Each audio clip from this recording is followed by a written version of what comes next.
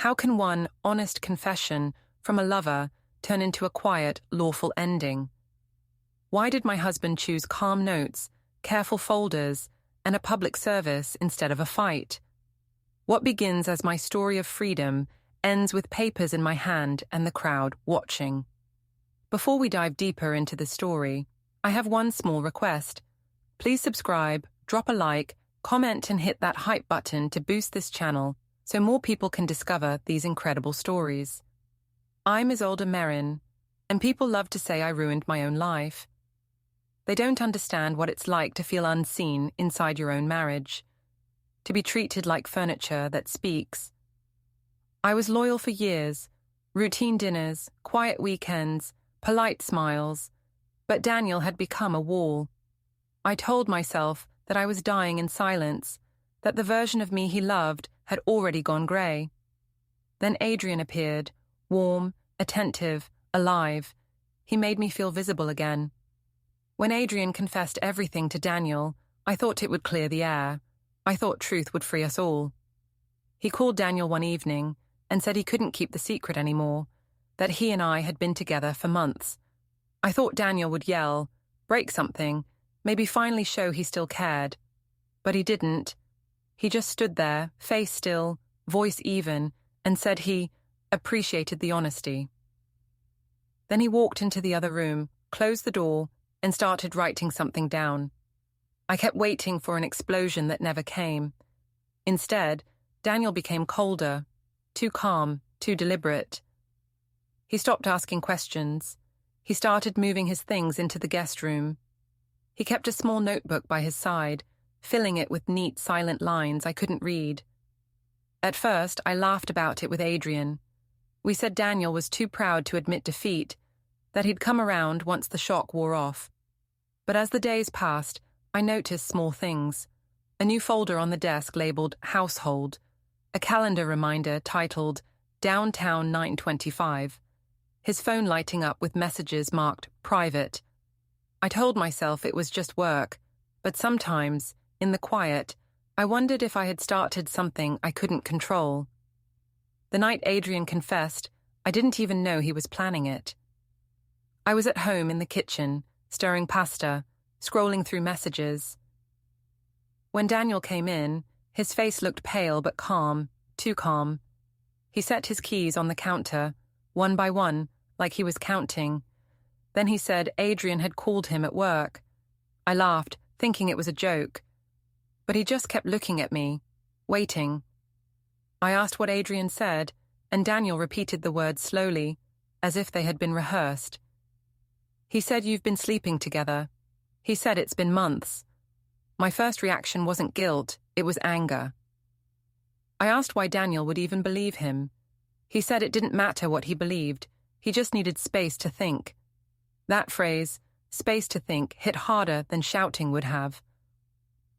I followed him down the hall, still defending myself, still spinning stories that sounded smart in my head. I said Adrian misunderstood what intimacy meant. I said Daniel's coldness drove me into confusion. I said anything that made me sound like a victim. He didn't argue. He just picked up a folded blanket, walked into the guest room, and closed the door behind him. I stood outside the door, listening. I didn't hear crying, or breathing, or even movement. Just the small click of a drawer opening and closing. When I peeked in later, he was writing something in a small notebook. A lamp lit half his face, sharp lines of light and shadow. I asked what he was doing. He said, writing things down so I remember them clearly. That annoyed me more than anything. I told him he was making a drama out of nothing. He said quietly that some things were clearer than others. Then he turned the light off. The next morning, the house felt sterile. He'd made coffee but didn't leave any for me. 2 mugs sat on the counter, one near the sink, one near the stove, like separate camps. The silence between them felt louder than any fight we'd ever had. I left early, called Adrian from the car, and told him Daniel was just trying to scare us. Adrian sounded nervous. He said he hadn't meant to tell Daniel everything, that it had slipped out after they ran into each other near the clinic. I told him not to worry, that I would handle it. I liked saying that. I'll handle it made me feel powerful. When I came home later, Daniel was sitting at the table with his laptop open. A spreadsheet glowed on the screen, rows of numbers, dates, and initials. He minimized it as soon as I walked in. I joked that he was planning his escape. He didn't laugh. He said, "You should be careful about what you call a joke." I rolled my eyes, called him dramatic again, then noticed a sticky note beside his laptop. It read, "Bring forms." I asked what forms. He said, "Household expenses." That was believable enough, but his tone made it sound like a warning. Over dinner, I tried to make conversation, tried to charm him back into our rhythm. I told him the clinic was fine, that everyone supported me, that the world wasn't as judgmental as he thought. He said, "Support is easy when it costs nothing." When I reached across the table, he moved his arm away to pick up his water. My skin burned from that simple gesture. I told him he was punishing me for something we both contributed to. He said nothing. Later, I called my mother. I needed someone to agree with me. I told her Daniel was freezing me out, that he was making lists and hiding behind silence. She asked what I expected after betrayal. I told her it wasn't betrayal. It was honesty, finally. She sighed. She said honesty without respect is just cruelty. I hung up. I hated how calm she sounded, how similar her voice was to his. That night, I couldn't sleep. The sound of the guest room door closing earlier replayed in my head. I walked to the kitchen and poured myself some water. The glow from under his door was still there. I thought about knocking but didn't. Instead, I went out to the balcony. The air was cold. Across the hall, Mr. Kovac was watering his plants, as always. He nodded at me, not smiling, not frowning, just looking long enough to make me uncomfortable. I realized my phone was still in my hand, Adrian's name on the screen. I called him without thinking. He asked if Daniel was angry. I said no, that he was too quiet, which was worse. Adrian said maybe it was for the best, that maybe we could stop sneaking around. That word, sneaking, irritated me. I said it hadn't been sneaking, it had been truth delayed. He laughed softly, said I was always good at twisting words. I told him that wasn't fair, but I didn't argue more. When I hung up, I caught my reflection in the balcony glass. My face looked hard, unfamiliar. Inside, the clock ticked past midnight. I saw Daniel's shadow move across the hall. He paused near the living room, glanced at the balcony, then turned away. I waited for him to say something, anything. But the only sound was the faint click of the guest room door closing again. I went back to bed, trying to tell myself this was just a phase, that silence couldn't last forever. I imagined him realizing he still loved me, realizing that truth could be forgiven. But when I woke in the morning, the first thing I saw was a new entry on the wall calendar in his precise handwriting. Downtown 9:25. I asked if he had an appointment. He said yes, then added, personal. That word stuck in my mind all day. Personal. It wasn't businesslike or bureaucratic. It sounded secret, intentional. At lunch, I texted Adrian that Daniel had a personal meeting downtown. Adrian joked that Daniel might be seeing someone too, and I laughed, but it didn't feel funny. The idea of Daniel moving on, cleanly, without rage, terrified me more than any fight ever could. That evening, he came home later than usual. I waited up for him, pretending to read. He didn't say where he'd been, just placed his phone on the counter face down. A message preview flashed briefly, only the word follow-up visible, before he turned the screen off. I asked if he wanted dinner. He said he'd already eaten. I said we needed to talk. He said, not tonight. I watched him walk past me, calm and deliberate, like a man who already knew the ending. When he reached the guest room, I called out that he was running away from the problem. He paused for a moment, hand on the door frame, then said, "No, I'm organizing it." The door closed again. This time, I didn't follow. In the quiet, I thought about how strange it was that silence could sound so final. And then, just as I turned off the light, I heard it, the faint, quick vibration of his phone on the dresser, followed by the muffled sound of a drawer locking. That's when I realized Daniel wasn't processing. He was preparing. The morning after that locked drawer, the air in the apartment felt heavy, like the walls were absorbing our silence. I told myself I wouldn't let Daniel's coldness define me. I had to stay bright, confident, untouchable, so I dressed in my favorite blouse, curled my hair, and posted a photo captioned "Healing Through Honesty." By the time I reached the clinic, it already had likes and comments, mostly supportive, a few judgmental. I ignored those. At work, the atmosphere had shifted. Nate greeted me with his usual grin, but it was thinner this time.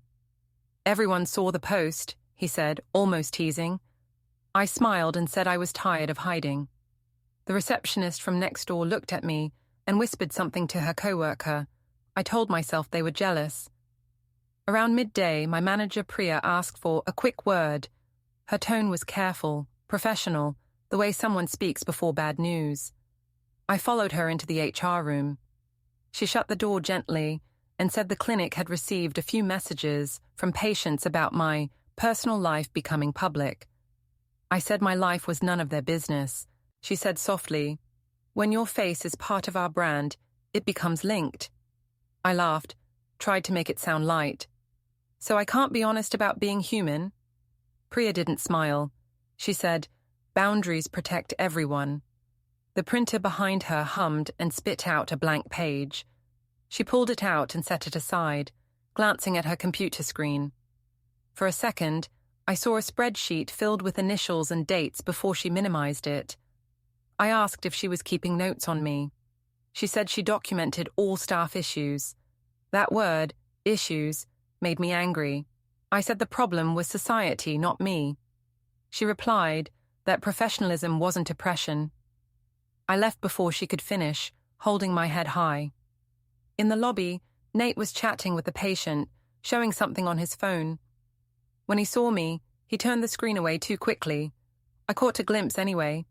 It was a screenshot from my post, my caption glowing under bright club lights. I felt my chest tighten. "Really?" I asked. He said it was just gossip, harmless chatter. I told him to delete it. He shrugged, said, "The internet never really deletes anything." That sentence haunted me all afternoon. When I got home, Daniel was at the dining table again, typing. A clean, ordered kind of typing. I leaned over to see the screen, but he minimized the window. He said he was going over numbers for the utilities. I noticed the file name before it vanished, Archive A. I asked what that meant. He said, "Organization." That was all. I wanted to fight, to make him react, but he wouldn't. His calmness infuriated me. I said he was trying to make me feel like the bad one, like I was unstable. He said he didn't need to make me feel anything. I slammed the fridge door just to hear a sound. Then I saw the wall calendar, a new line of neat blue ink. Downtown 1340, meeting, personal. Another one of those cryptic notes. I told him it was suspicious. He said it was administrative. I tried to keep my voice steady, asked if it was about us. He said, "Everything I do now is about us." I didn't know what that meant, but it didn't sound like forgiveness. That night, I couldn't stop checking my phone. Adrian hadn't messaged me all day. I finally texted him first, asking if he'd spoken to Daniel again. He replied, "He called me this morning." My stomach dropped. I asked what Daniel said. Adrian wrote, "He thanked me for telling him."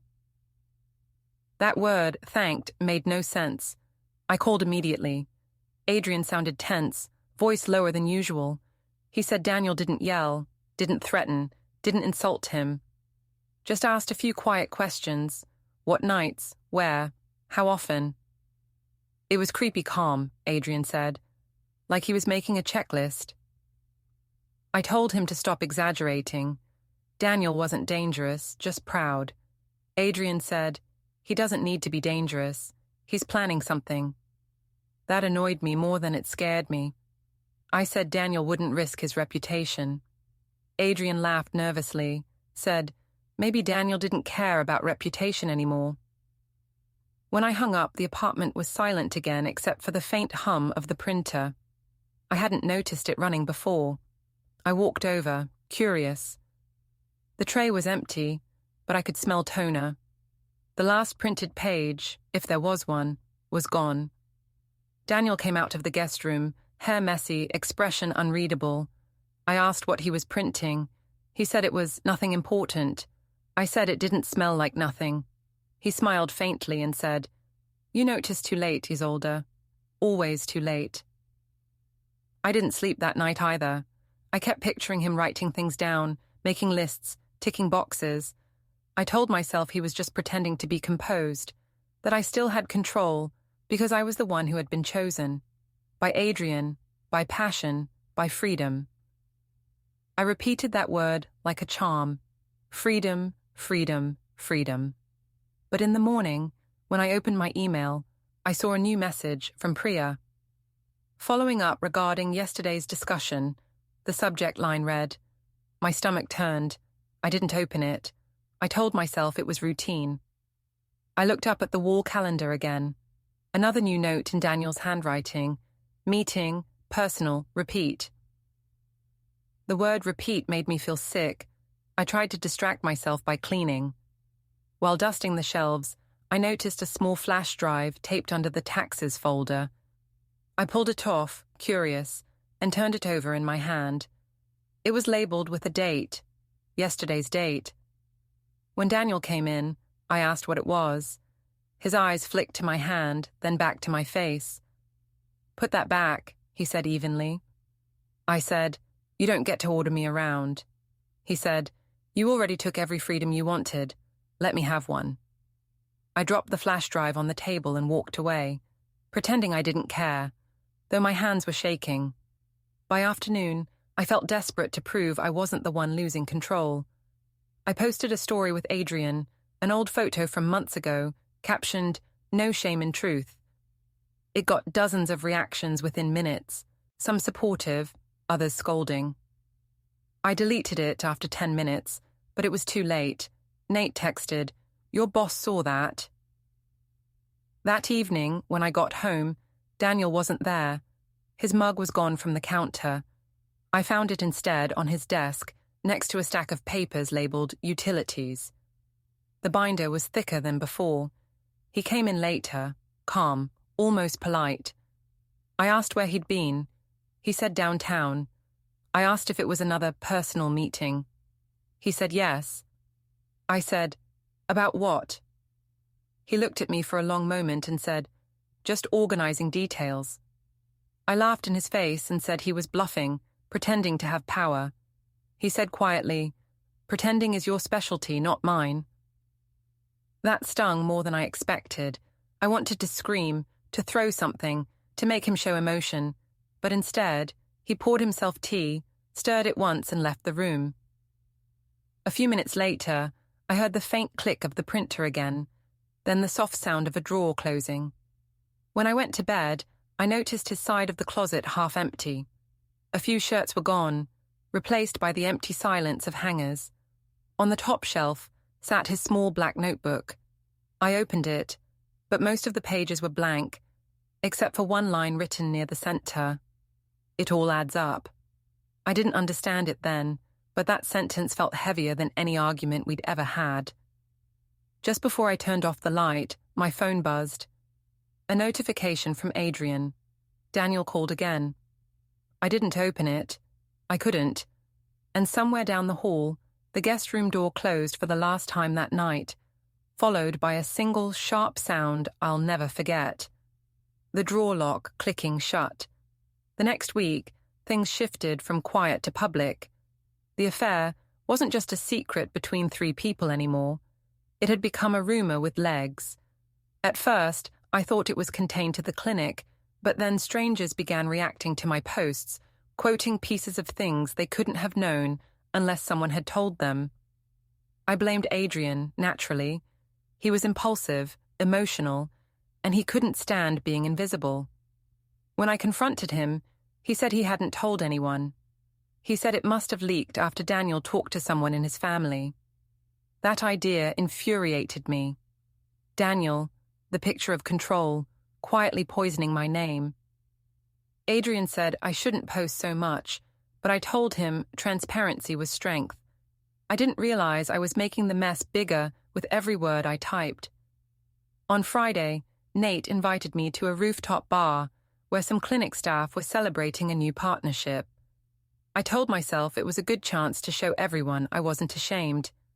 When I arrived, the place was buzzing with music and low lights.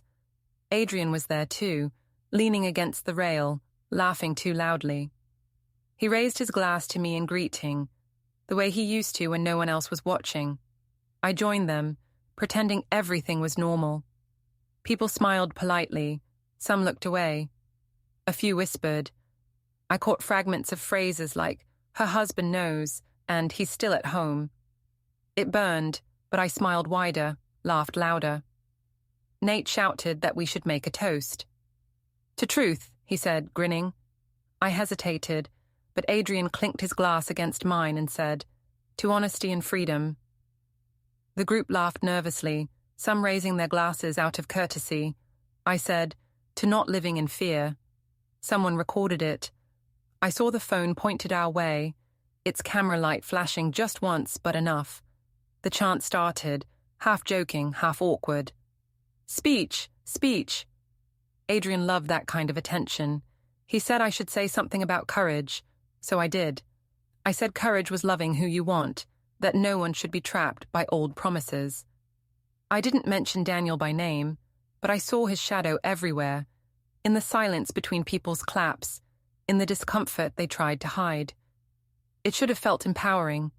Instead, it felt like standing at the edge of a cliff and realizing you've already jumped. When I got home that night, the apartment was dark except for the glow from his laptop. Daniel was typing again, methodical as ever. The printer hummed softly beside him. I asked if he saw the video. He said, "Yes. I don't have to search for evidence anymore." His voice was so calm it made my throat close. I tried to defend myself, said the video was harmless, just words, just fun. He said, "You don't understand what just means anymore." I told him he was dramatic, that he should stop pretending to be a victim. He looked at me then, really looked, and said, "You still think this is a play?" That silence afterward stretched forever. Then I noticed something new on his desk, a binder labeled Utilities, but thicker than it should have been. Tabs marked Home, Bank, and Auto peeked out. He closed it when he saw my eyes on it. I said, "You're turning into an accountant of pain." He said, "I'm turning into someone who finishes what he starts." Later that night, I walked past the wall calendar. A new red circle marked a date next week. No note, just the circle. I wanted to tear it off the wall, but I didn't. Instead, I went out to the stairwell to breathe. The air smelled like rain and dust. Someone was coming up the steps. I thought it might be him, following me, but it was just Mr. Kovac from down the hall. He paused when he saw me there, nodded once and kept going. I felt suddenly exposed, like the whole building knew. When I came back inside, I noticed Daniel's phone buzzing on the counter. The screen lit up with a contact labeled only by an emoji, a small gavel. He picked it up before I could read more and said, "Work call." I didn't believe him. 2 days later, there was another event, this time a wellness mixer at the community center. Adrian said we should go to reclaim the story. I agreed, partly to prove I wasn't scared, partly to see if Daniel would show up. He didn't, of course. He never played my games twice. The crowd was larger, looser. People laughed, music played, wine poured too easily. Adrian couldn't help himself. He started telling stories about us, not explicit ones, but suggestive enough. He said things like, "When you really connect with someone, you can't hide it." I laughed along, but my heart pounded. Someone from the audience, maybe a parent from Milo's school, pulled out their phone and began recording. Adrian kept talking, basking in the attention. I caught my reflection in a nearby window and barely recognized the smile on my own face. After the event, I returned home expecting Daniel to confront me again. He didn't. He was at his desk, as usual, with his quiet precision. I noticed a USB taped under the taxes folder now. I didn't even ask. I just poured a drink and said he was pathetic for cataloguing my sins. He said, "You call it pathetic, I call it proof." Something about the word proof scared me more than shouting ever could. Later that night, I heard him in the stairwell, talking on the phone in a low voice. The only words I caught were "document everything." When he came back in, I pretended to sleep. He opened the closet, took out a small box, and placed it on the desk. Then he sat there for almost an hour, typing. I counted his keystrokes until my chest hurt. The next morning, I woke to find him gone again. On the counter sat his mug, half-washed, and next to it a printed page with one line of text in his clean handwriting. Follow-up scheduled. I told myself it was work. I told myself all of this was just him venting in the only way he knew how, through order and routine. But when I logged on to social media, the rooftop video was everywhere. Someone had captioned it. Her lover told the husband, but she still made a toast. Hundreds of comments flooded in. I scrolled until my vision blurred. Half defended me, calling me brave. The rest called me names I don't want to repeat. I deleted the video from my account, but it was too late. The damage had multiplied. When Daniel came home that night, he didn't mention the video. He didn't mention me at all. He placed his keys in the bowl, poured himself water, and went straight to the guest room. I followed him, desperate now. I asked why he wasn't even angry. He said, "Anger is noisy. I prefer results." He closed the door. I heard the lock turn. I stood outside, heart pounding, realizing that his silence wasn't surrender. It was the sound of something ending properly, piece by piece. Later, while washing dishes, I caught my reflection in the window again. Behind me, on the table, that thick binder sat waiting, edges perfectly aligned. A faint smell of printer toner lingered in the air. And just as I turned off the light, my phone buzzed. A new notification. Someone had tagged me again in the rooftop video, this time with the caption "Husband watches, Lover speaks." The flash from that night replayed in my mind. Somewhere behind me, Daniel's printer started again. And I realized he wasn't collecting memories, he was collecting evidence. The morning after the video spread, the world felt smaller. Even the sunlight that came through the curtains looked different, colder, thinner. I avoided opening my phone at first, but curiosity won. Every app was filled with fragments of my life turned against me. A stranger had posted screenshots of my old captions next to a freeze frame of me laughing with Adrian. Under it, a comment read, "Her poor husband looks like a ghost." I threw my phone onto the couch, told myself people were cruel, that they didn't understand context. But in truth, I had built that context myself. Daniel didn't speak to me for 2 days. He moved like a quiet tenant, not a husband, folding laundry, washing his dishes separately, setting his alarm for earlier hours so we never met in the kitchen. I tried to talk, to make him react, but it was like yelling into fog. When he finally looked at me, it was over breakfast. I said, "You could at least tell me what you're thinking." He said, "You already decided what I think." That stung. I told him I was tired of being treated like a criminal. He said, "Then stop committing small crimes." His calm tone made the insult land deeper than if he'd shouted. Later that day, I went to visit my sister Mara. I needed someone who'd take my side. She lived 2 towns over, in a house that always smelled of vanilla and guilt. When I told her what happened, how Adrian had confessed, how Daniel was freezing me out, she looked at me in disbelief. "You expect him to comfort you?" she asked. I said marriage was supposed to mean forgiveness. She replied that forgiveness came after repentance, not instead of it. That word, repentance, made me flinch. I said she was old-fashioned. She said, "No, I'm married." I left before finishing my tea. When I returned home, Daniel's car wasn't in the driveway. Inside, everything looked too neat. His desk was cleared except for a few folders, one labeled Home, one Bank, one Statement. I noticed a sticky note stuck to the wall planner. Paper drop, 16:05. I told myself it was work again, though I didn't know why a marketing analyst needed paper drops. That night, I drank 2 glasses of wine and called Adrian. He sounded distracted. He said the video was hurting his reputation too, that the clinic board had spoken to him. I said we could make a statement together, say that we were consenting adults, that love wasn't a crime. He said quietly, "Maybe not, but humiliation is." I asked if he was blaming me. He said, "You pushed it into daylight, Isolde. I just followed you." His words felt like a door closing. I told him he was a coward, that Daniel had ruined him, that I was the only one who had been brave. He didn't argue. He just said, "I hope you figure out who you're fighting." When the call ended, I sat in the dark, surrounded by the faint whir of the refrigerator and the low hum of the printer in the next room. I hadn't even realized it was on again. I walked over, expecting another blank page, but this time there was something printed, just a list of numbers, dates, and one phrase repeated 3 times. Statement logged. I tore the paper in half and threw it away. The next morning, Daniel didn't mention it. He poured his coffee, looked at the trash bin, and said nothing. That silence was worse than accusation. By afternoon, my mother called.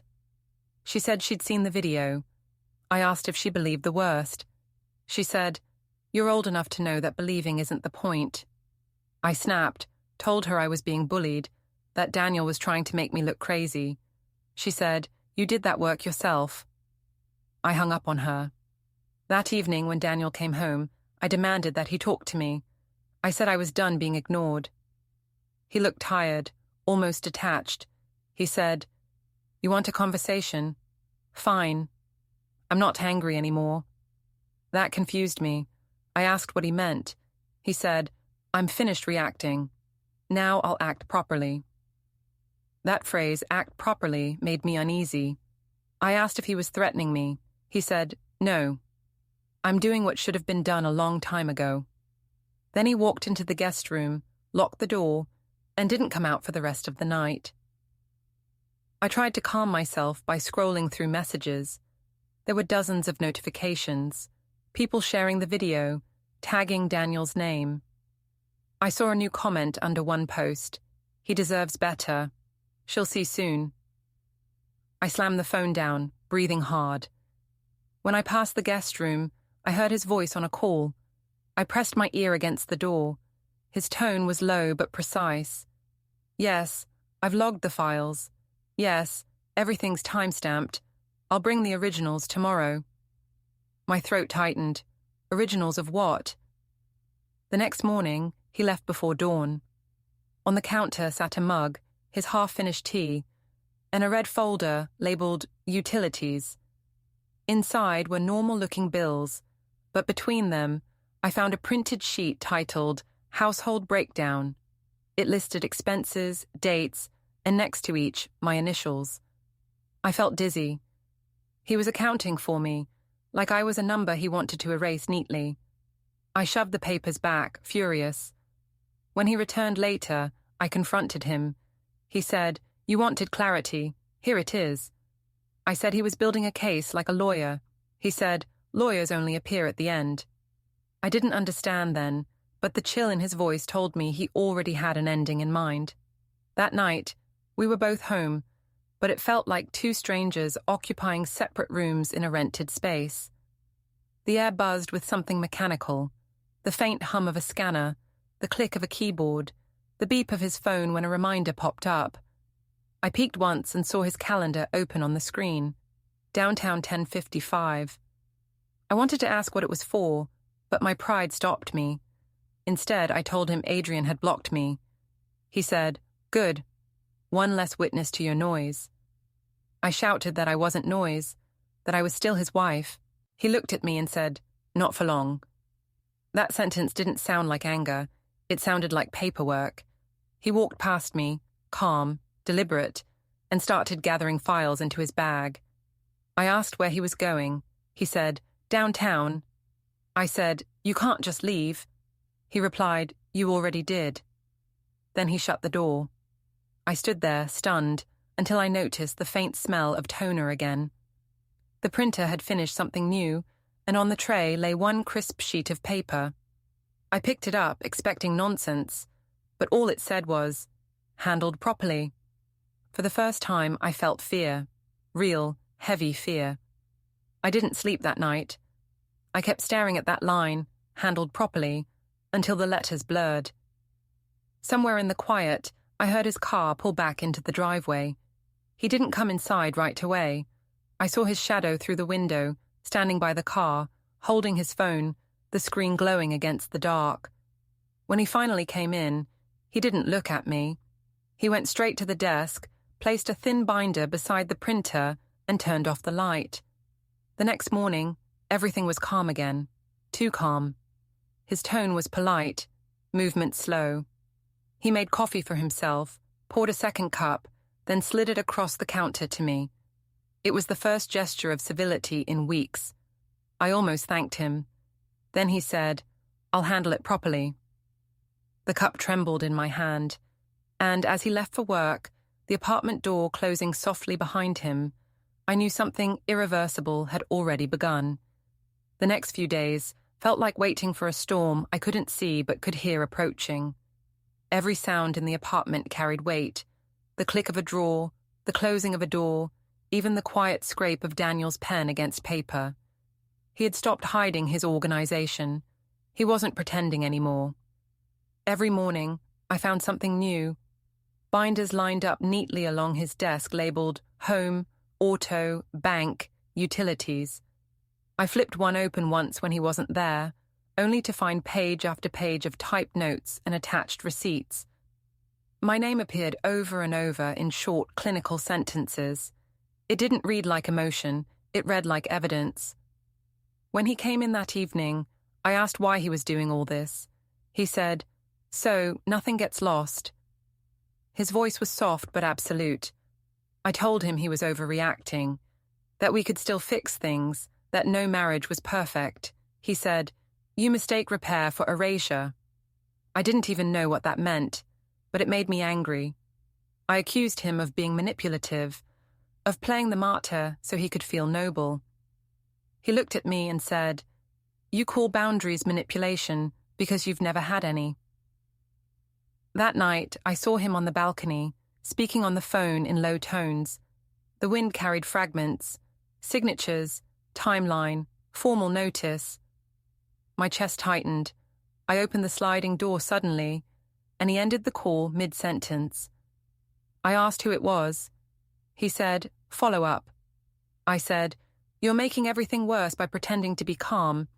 He replied, "I don't pretend. I plan." Then he went back inside and shut the door behind him. The next day, his mother came over unexpectedly. I hadn't seen her in months. She greeted me politely, but her eyes carried the weight of what she must have read or heard. She sat at the kitchen table, hands folded. She said she was worried about Daniel. I said he didn't need worrying. He was orchestrating some kind of silent punishment. She shook her head slowly and said, "He's trying to protect himself. You took away his peace." I said she didn't know the whole story. She said she didn't need to, she'd seen enough. Then she looked at me, the way a parent looks at a storm they can't stop, and said, "You think he's weak because he doesn't shout. You'll learn what strength looks like soon." Before I could respond, Daniel entered. He greeted her softly, kissed her forehead, then poured himself coffee without looking at me. They exchanged a glance that made me feel like a stranger in my own home. She left soon after, whispering something to him at the door. When it closed, I demanded to know what she said. He replied, "She told me to finish it properly." That phrase again, properly. It was haunting me. Later that evening, I tried to get ahead of whatever he was planning. I posted a long message online, something about redemption, forgiveness, and healing after betrayal. I framed myself as a woman trying to find herself again after being suffocated by a cold marriage. The responses poured in, some supportive, others harsh. An hour later, Daniel walked into the room holding his phone. He had seen it. He said, "You still want an audience?"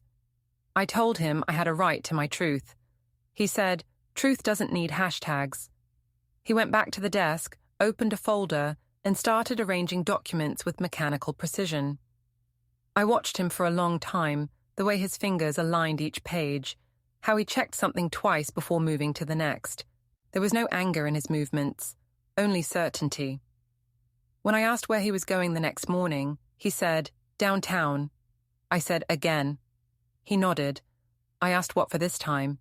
He said, "Just following through." I laughed bitterly, said he was being melodramatic. He replied, "You'll understand soon." That night, he came home later than usual. His tie was loosened, but his posture was calm. I asked if he'd been with a lawyer. He didn't answer. I accused him of trying to look righteous. He said, "I don't need to look anything. You did the showing for both of us." He went to the guest room and shut the door. A few minutes later, I heard the faint sound of a shredder. The next day, my sister called again. She said she'd spoken to Daniel. My stomach dropped. I asked what he'd told her. She said, "Only facts."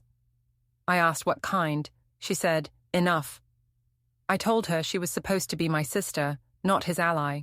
She said, "You confuse loyalty with silence." Then she hung up. By evening, I felt desperate. Adrian still wasn't replying to my messages. The clinic had suspended me, citing professional image concerns. My friends had stopped liking my posts. Even my mother sent a single text. Maybe stop sharing everything. The isolation made me frantic.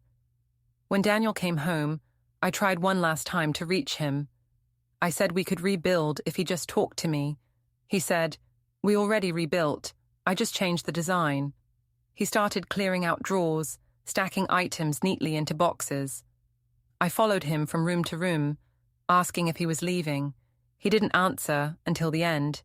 Then he said, "Not yet, but soon." That night, I couldn't sit still. The house was too quiet, every sound deliberate. When I passed by his desk, I noticed a clean USB drive lying beside the folders. It was labeled with today's date. I picked it up and turned it over in my hand. He came into the room just as I was examining it. I asked what was on it. He said, "Everything you gave me." My voice cracked. "You can't just erase me." He said, "I'm not erasing you. I'm documenting you." Something about that word, documenting, made my skin crawl. I asked what he was planning to do with it. He looked at me for a long moment, then said, "Handle it properly." His calmness was unbearable. I wanted him to yell, to cry, to be human again. I said, "You think this makes you noble? You're hiding behind paperwork." He said, "Paperwork doesn't lie." The next morning, I found his suitcase half-packed on the bed. A plain black tie lay folded beside it. I asked if he was leaving today. He said, "Soon." I said, "You're not even going to fight for this." He replied, "I already did. You mistook silence for surrender." He picked up the binder labeled bank and slid it into his bag. Then, before walking out, he paused at the door and said, "I'll take care of it properly. You'll know when it's done." That night, I called Adrian again, over and over. Finally, he answered. His voice sounded drained. He said, "He reached out to me again." I asked what Daniel wanted. Adrian said, "He just asked for confirmation. Times, places, dates. He already knew everything." I felt cold all over. I said, "And you told him?" Adrian didn't answer right away. Then he said quietly, "He didn't ask for lies. He asked for facts." I screamed at him that he was a coward, that he'd ruined my life. He said, "You did that long before I spoke." Then the line went dead. When I turned around, Daniel was standing in the doorway. calm as ever. He said, "It's done." I asked, "What's done?" He said, "Everything that needed to be." He didn't explain. He just placed his keys on the counter and went upstairs. I stood there, shaking, realizing I had no idea what done meant anymore, but I knew it was final. The next morning was too quiet. Daniel left early, dressed in his usual calm, pressed shirt, neat tie, no trace of emotion. I tried to eat breakfast but couldn't swallow. Around noon, I went into town to clear my head. The sky was grey, the kind that makes everything feel heavier. When I reached the Civic Plaza, I saw him standing near the fountain, talking to a man in a grey jacket. For a second, I thought it was just work. Then the man turned, asked my name and handed me an envelope. It felt thin, harmless, until I opened it. My name, his. The words, "Petition for divorce" in bold at the top. Beneath it, neat paragraphs outlining property division, custody arrangements, temporary orders, all already signed. Daniel didn't look away when I met his eyes. He just nodded once, almost kindly, and said, "Now it's handled properly." People nearby had stopped to watch, pretending not to. My hands trembled as I tried to speak, but nothing came out. He turned, walked away, and blended into the quiet crowd.